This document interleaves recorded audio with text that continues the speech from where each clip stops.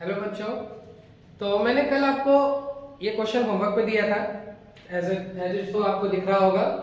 ठीक है, जिन बच्चों ने इसका सॉल्यूशन कर लिया है वेरी बेस्ट, जिन्होंने नहीं किया या जिसको कुछ भी तकलीफ हुई हो तो मैं यहाँ पर इसका सॉल्यूशन कराने जा रहा हूँ। देखिए, आंसर मैच कीजिए। और आज मैं इसी टाइप के या इस चैप्टर में जो भी नए नए क्वेश्चन आते हैं, जितने भी टाइप है, मैं आज इस क्लास में आपको कंटिन्यूअस करा के खत्म कर दूंगा। ठीक है, तो 2 क्लास में आपकी बैंकिंग का काम खत्म हो जाएगा। उसके बाद मुझे नहीं लगता कि कोई डाउट होगा, बट फिर भी अगर आपको कोई डाउट होता है तो आप कमेंट बॉक्स में मैं अपना नंबर डाल दूंगा, आप डायरेक्ट उस पर मुझे डायरेक्ट शेयर कर सकते हो कोई भी क्वेश्चन। ठीक है, चलिए इस क्वेश्चन का सॉल्यूशन देखते हैं। क्वेश्चन है, Mrs Goswami deposit 1000 rupees every month. सबसे पहले हम ये देखें कि हमें गिवन क्या है। तो 1000 रुपीज एवरी मंथ मतलब हमको गिवन है प्रिंसिपल इक्वल्स टू 1000 रुपीज। ठीक है, then every month in a recurring deposit for 3 years, मतलब टाइम कितना दे रखा है 3 इयर्स का। और मैंने आपको बोला था जो टाइम है वो मंथली लेना, किसी ने डायरेक्ट 3 तो नहीं पुट कर दिया, तो टाइम मंथली लेंगे तो इसको करेंगे 3 मल्टीप्लाई बाय 12 इक्वल्स टू कितना हो गया 36 मंथ। ये आपके पास जो वैल्यू है ये होगा आपके लिए n। बात समझ में आई? ठीक है, तो ये n की वैल्यू यूज करना था। ये p आपके पास हो गया, ये n हो गया। रेट ऑफ इंटरेस्ट भी आपको गिवन है। क्या रेट ऑफ इंटरेस्ट है आपके पास 8%। 8% का रेट ऑफ इंटरेस्ट है। फाइंड क्या करना है आपको? मैच्योरिटी वैल्यू फाइंड करना है आपको, मैच्योरिटी वैल्यू। तो मैच्योरिटी वैल्यू कैसे निकलेगी? सेम एज इट इज, वही पुराना कॉन्सेप्ट। क्या करना चाहिए हमें? सबसे पहले हम लोग क्या करेंगे? सबसे पहले हम लोग यहाँ से i फाइंड करेंगे। i का formula p into n plus 1 upon 2 multiply by 12 multiply r by 100। ठीक, यहाँ से क्या फाइंड करेंगे हम लोग? इंटरेस्ट फाइंड करेंगे। इंटरेस्ट कैसे फाइंड होगा? वैल्यूज पुट करेंगे। तो ये आ गया 1000 मल्टीप्लाई, टाइम कितना है हमारे पास 36 मल्टीप्लाई बाई 37, कैसे n plus 1 upon 2 multiply by 12 into 8 by 100। ठीक है, अब देखिए क्या क्या कर सकता है। ठीक है, 1 2 दो जीरो से तो 2 जीरो उड़ गए। ठीक, 12 1 से 12, 12 3 से 36 हो गया, 2 1 से 2, 2 से इसको डिवाइड किया 4 है। ठीक है, अब क्या कीजिए 4 3 से 12, 12 मल्टीप्लाई 37 बचा क्या आपके पास 37 मल्टीप्लाई 12 मल्टीप्लाई 10। अब इनका मल्टीप्लाई करा के क्या निकलेगा? i फाइंड आ जाएगा। चलिए करते हैं मल्टीप्लाई। कैसे करेंगे? 12 से डायरेक्ट मल्टीप्लाई नहीं। कुछ बच्चे वो अभी बचपन वाली ट्रिक अपना रहे होंगे कि पहले इसको ऐसे लिखेंगे 37 मल्टीप्लाई 1 2 फिर देन सो, अब इसको भूल जाइए। ठीक है, अब आप 10th क्लास में आ चुके हैं, आप मैच्योर्ड हो गए हैं, आप इसको डायरेक्ट कीजिए। कैसे? 12 मल्टीप्लाई बाय 7, 12 7 जा 84, 84 का 4 8 कैरी, 12 3 जा 36, 36 एंड 8 कितना होता है 44। ठीक है, और यहाँ पर जीरो ऑलरेडी है, जीरो लगा दीजिए। तो यहाँ क्या निकल आया आपका? रेट ऑफ वही इंटरेस्ट, मतलब इंटरेस्ट आपका जितना भी मिलेगा वो यहाँ पर निकल आया 36 में। ठीक है, हमें ये तो नहीं फाइंड करना था, हमें क्या फाइंड करना था? Matured value. तो अब अगेन फॉर्मूला लगाइए mv इक्वल्स टू होता है p multiply n plus i। ठीक है, p कितना है हमारे पास 1000, n कितना है 36 और i कितना निकाला हमने 4440। देन इसको सॉल्व कीजिए, देखिए आ जाएगा 36000 प्लस 4440। देखिए 2 क्वेश्चन आपको करा दिए गए। Question number 38, Kiran deposit 200 rupees per month for 36 month in a bank recurring deposit account. If the bank pays interest at the rate of 11% per annum, find amount she get on the maturity। ठीक है मेरे बालकों, देखो बालकों और बालिकाओं दोनों, देखो क्या है कि क्वेश्चन बिल्कुल सिमिलर है जैसे मैंने पहले वाला करा है, सेम एज इट इज दूसरा वाला भी है। करना क्या है, जो जो गिवन है उसको नोट कर लीजिए। देखिए प्रिंसिपल हमारे पास कितना गिवन है, जैसे लिखते हैं प्रिंसिपल हमारे पास गिवन है ₹200, टाइम हमारे पास गिवन है 36 months and rate of interest हमारे पास गिवन है 11%। ठीक है, फाइंड क्या करना है? Same as it is maturity value. Formula क्या लगाएंगे? सबसे पहले हम लोग फॉर्मूला लगाएंगे किसका? फॉर्मूला लगाएंगे हम लोग इंटरेस्ट का। इंटरेस्ट इक्वल्स टू क्या होता है p into n plus 1 upon 2 multiply by 12 multiply r upon 100। ठीक है, ये फॉर्मूला लगाएंगे। इस फॉर्मूले को मे भी मुझे लगता है अब तक आप लोगों को याद हो गया होगा ये फॉर्मूला। ठीक है, इसी फॉर्मूले पर वैल्यूज पुट करते हैं, आंसर सॉल्व करते हैं। देखिए कैसे। i प्रिंसिपल कितना है हमारे पास 200, टाइम कितना 36 multiply by 37 upon 2 into 12 multiply by 8% कितना है 11%। बात समझ में? ठीक, 2 0 से 2 0 कैंसिल, 2 से 2 कैंसिल, 12 से कैंसिल करेंगे, 12 3 जा 36, then multiplication I equals to आ गया 3 मल्टीप्लाई 37 मल्टीप्लाई 11। अब देखिए 11 से पहले मल्टीप्लाई करा लीजिए, 11 7 जा 77 कैरी 7, 11 3 जा 33, 33 प्लस 7 हो गया 407 मल्टीप्लाई बाय 3, 3 7 जा 21, 3 4 जा 12। ये आपके पास क्या आ गया? आपके पास आ गया ये इंटरेस्ट। इंटरेस्ट निकल आया। जब इंटरेस्ट निकल आया तो क्या निकालना है आपको? Maturity value. Maturity value equals to क्या होता है? P into n plus I। ठीक है, ये फॉर्मूला भी आपको याद हो गया होगा। Maturity value equals to P multiply by n plus I।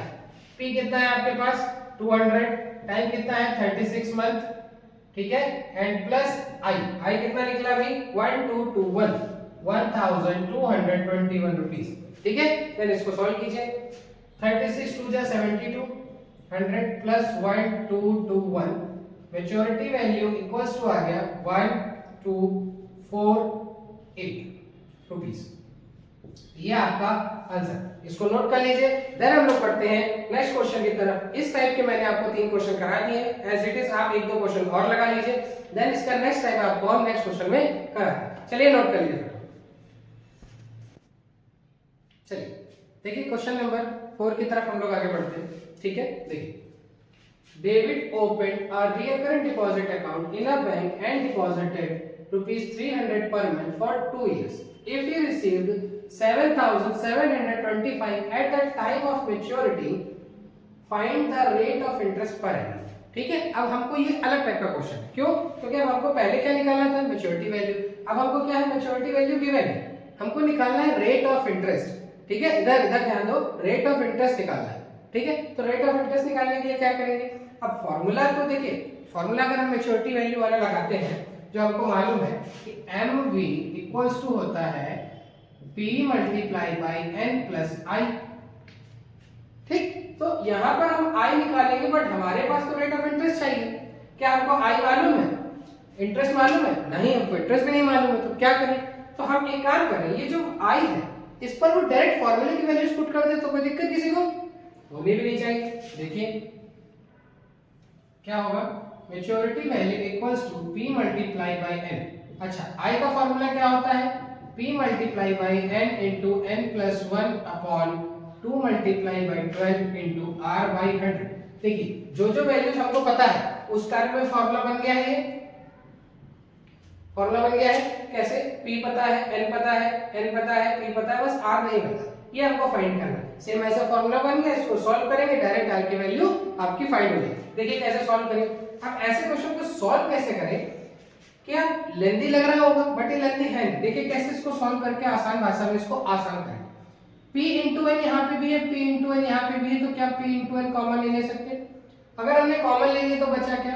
1 plus n plus 1 upon 24 multiply r upon 100। ठीक है, और यहाँ पर आपके पास हो गया मैच्योरिटी वैल्यू, ये वैल्यू बन गई। अब यहाँ पर क्या पुट कर दो? वैल्यूज। मैच्योरिटी वैल्यू कितनी है आपके पास? 7725 इक्वल्स टू p कितना है आपके पास? 300, टाइम कितना है? 2 इयर्स। 2 इयर्स का मतलब कितने months? 24 months. 1 plus 25 by 24 multiply r upon 100। इतना हो गया, बात समझ में आई? आगे देखिए, इसको अपन लिया 7725, इसको अपन लिया 7725 अपॉन 300 इनटू 24 इक्वल्स, ठीक है, 25 बन जा 25 हो जा, तो यहाँ बचा 1 प्लस r अपॉन 24 इनटू 4। ठीक, बात समझ में? आगे देखते हैं, इसको सॉल्व करें। क्या ये 3 से डिवाइड होगा? 3 से 100 टाइम चला जाएगा। 3 से डिविजिबिलिटी चेक करनी पड़ेगी हमें। अगर 3 से डिविजिबिलिटी चेक करो, देखो 7 7 14, 14 और 2 16, और 16 और 5 कितना होगा? 21। जब डिजिट्स का सम अगर 3 से डिविजिबल होता है तो वो नंबर भी 3 से डिविजिबल होता है। जब ये 3 से डिविजिबल है तो ये भी 3 से डिविजिबल होगा। चलिए 3 से देखिए, 3 2 जा 6 17 है, 3 6 जा 18 होता है, 3 5 जा 15 हो गया, 3 7 जा 21, 3 5 जा 15, कितना आ गया? देखिए अभी भी ये 5 से डिवाइड हो रहा है, ये 25 से भी डायरेक्ट चला जाएगा, डायरेक्ट 25 से 25 ये 4 आ गया, 25 1 जा 0 3। ये आपके पास जो भी वैल्यू है इसको सॉल्व करके आंसर निकालें। कैसे निकालें? 103 मल्टीप्लाई नहीं 103 upon 24 into 4 equals to 1 plus r upon 24 into 4। 24 4 से कितना होता है? 96। 103 by 96 minus 1 equals to r upon 96। तो 103 minus 96 इसका एलसीएम लेंगे अपॉन 96 इक्वल्स टू कितना हो गया? r by 96। 96 से 96 कैंसिल, 103 में 96 माइनस करेंगे कितना बचेगा बच्चों? r इक्वल्स टू आपके पास 7%। ये आपका परसेंट में होता है, इट मींस आपका रेट ऑफ इंटरेस्ट कितना आ गया? 7%। ये आपका आंसर। बात समझ में आई? इसी तरह इसको सॉल्व करेंगे, इसी टाइप के और क्वेश्चन देखिएगा, करिएगा सॉल्व। नहीं आता है तो कमेंट बॉक्स में कमेंट कीजिए, मैं आपको क्वेश्चन सॉल्यूशन बता दूंगा। ठीक है, नेक्स्ट क्वेश्चन की तरफ बढ़ते हैं। चलिए क्वेश्चन नंबर 5 देखिए, क्वेश्चन नंबर 5 में देखते हैं। क्वेश्चन वैसे ही है, मैंने कोशिश कर रहा हूँ कि आपको सारे टाइप्स बता दूं, क्लियर हो जाए। कुछ 2-3 क्वेश्चन और होंगे, उसके बाद लगभग चैप्टर खत्म ही हो जाएगा। 5 क्वेश्चन हो जाएंगे, 5 और करा देंगे। 10 क्वेश्चन में आपको हर टाइप के मैंने क्वेश्चन यहाँ पर करा दूं। देखिए, Evan has a recurring deposit account in a bank. He deposits 2500 per month for 2 years. He gets 66,250 rupees at the time of maturity. Find करना है interest paid by the bank and rate of interest. ठीक है, तो सबसे पहले हम क्या करते हैं, जो गिवन है उसको नोट कर लेते हैं। तो प्रिंसिपल क्या है हमारे पास? 2500 रुपीस। यहाँ पर हमको मैच्योरिटी वैल्यू गिवन है, कितने रुपीस? 66,250 रुपीस। देन हमको क्या गिवन है? Time n equals to 2 years. Again मैंने आपको एक बात बताई है कि टाइम इयर्स में ना होके मंथली लेते हैं, तो मंथली टाइम कितना हो जाएगा? 24 मंथ। ठीक, टाइम हमारे पास हो गया। फाइंड क्या करना है? सबसे पहले हमको फाइंड करना है इंटरेस्ट, देन हमको फाइंड करना है रेट ऑफ इंटरेस्ट। सिंपल है क्वेश्चन। क्या है? सबसे पहले आप क्या इंटरेस्ट फाइंड करना है। आपको पता है मैच्योरिटी वैल्यू इक्वल्स टू होता है p multiply by n plus i। क्या हम यहां से डायरेक्ट इंटरेस्ट फाइंड कर सकते हैं? देखिए कैसे। मैच्योरिटी वैल्यू क्या है? 66250 इक्वल्स टू प्रिंसिपल आपके पास 2500 इनटू कितना होगा? 24 प्लस i। इसका मल्टीप्लाई कीजिए और इससे माइनस करिए। चलिए फटाफट बताइए कितना आएगा। इसको टाके दे तो 0 0 हो गया। 25 5 जा होता है 120, कैरी 0 कैरी 25 4 जा, ये आपके 25 2 जा होता है 48, और 48 प्लस 12 मतलब हो गया आपके पास 60 इक्वल्स टू i। ठीक है, इसको माइनस करेंगे तो i हमारे पास में लगेगा जाएगा कितना? 6250। ये हमारा क्या निकल आया? इंटरेस्ट निकल आया। देन जब हमारे पास इंटरेस्ट फाइंड हो गया तो क्या फाइंड करना है? Rate of interest. Rate of interest का formula i equals to p multiply n into n plus 1 upon 2 into 12 into r by 100। ठीक, फाइंड क्या करना है आपको? Rate of interest. r find करना है डायरेक्ट। i हमारे पास निकला 6250, प्रिंसिपल है हमारे पास 2500, टाइम हमारे पास है 24 into 25 upon 2 into 12, rate of interest हमको नहीं मालूम है, अपॉन में 100। बात समझ में आई? सॉल्व करते हैं। देखिए ये 100 से 2 जीरो खत्म, 24 से 24 खत्म, बचा कितना हमारे पास?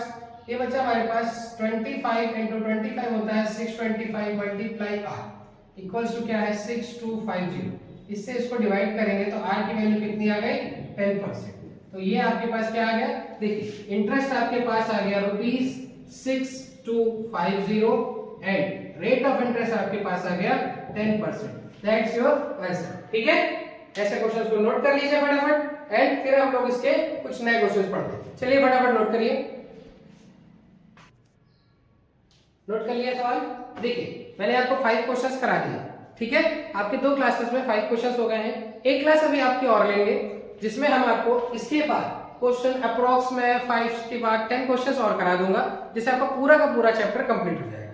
ठीक है, तो तब तक आप इसको रिवाइज कीजिए, चैप्टर को सॉल्व कीजिए और आपकी बुक से जो क्वेश्चन है उसको कुछ क्वेश्चंस और लगाइए। ठीक है, इसके और अलग अलग टाइप है, जैसे अगर आपको n फाइंड करने के लिए आ जाए, p फाइंड करने के लिए आ जाए, या i और p के फॉर्म में एक इक्वेशन वाला क्वेश्चन, तो 2 या 3 टाइप के क्वेश्चन और बचे हुए हैं। मैक्सिमम 10 क्वेश्चन मैं आपको और करा दूंगा नेक्स्ट क्लास में। जब तक के लिए आप इसको नोट करिए, आगे बढ़िए। चलिए ठीक है, थैंक यू, मिलते हैं नेक्स्ट वीडियो।